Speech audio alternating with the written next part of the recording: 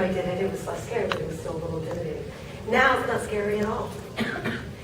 So it can be really easy after you practice it, but the first couple of times, it's intimidating because you're changing your behavior. I think the system is skewed against women, but the system was built for men, which they normalized. Right. So that's what the system was built, and that's what we're living in.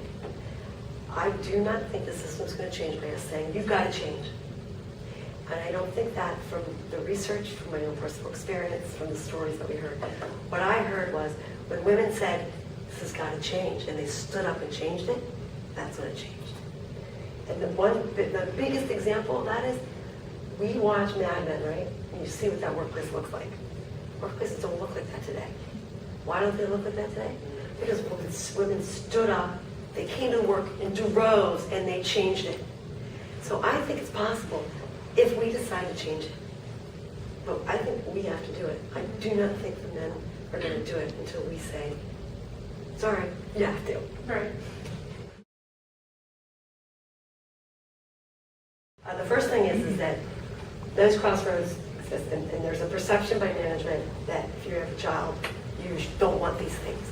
So I think as we are transitioning into a new way of working, we have the responsibility, after we have children, to say, hey, my career is still really important. I still want to do everything that I was doing before, and here's how I'm going to make it work. So we have an obligation, I think, to say this is what we want and take responsibility for our careers. The second thing I think is that we forget that we have to do a lot of negotiation at home. The reason I say we can have it all but we can't do it all is because if we have a child and then we want to be that everything at home and we want to be that everything at work, that's not possible.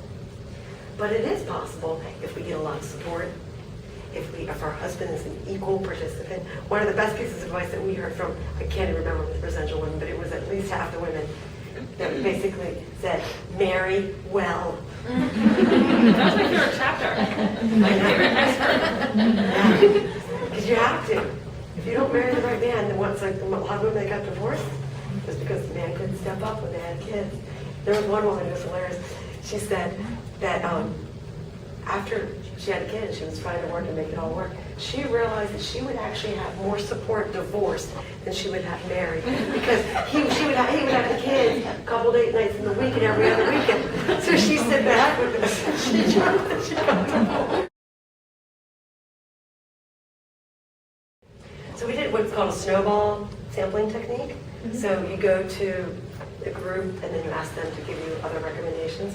So we went to an nationwide entrepreneurship group. We went to a couple of our alma maters. We looked at a couple professional women's groups in different cities. And then we had a variety of different people so I'd run into somebody on the airplane and say, hey, I'm writing this book, would you like to be interviewed? And they'd be like, sure. So it was just kind of random things like that. That's how we got it. It was supposed to be 100, but then, there's always somebody interesting to talk to. That's how we did it. And our main criteria was that they had to be working, or sort of working. The 3 women, just because they just happened to be part of our sample. But most of the women had to be working and college educated. That's were our main criteria. And statistically speaking, it's not a diverse population. But when you look at the women in positions of management, it's not very diverse. So it actually mirrors what we see from Catalyst's work. Not only is senior management not very diverse in terms of gender, it's not very diverse in terms of race either.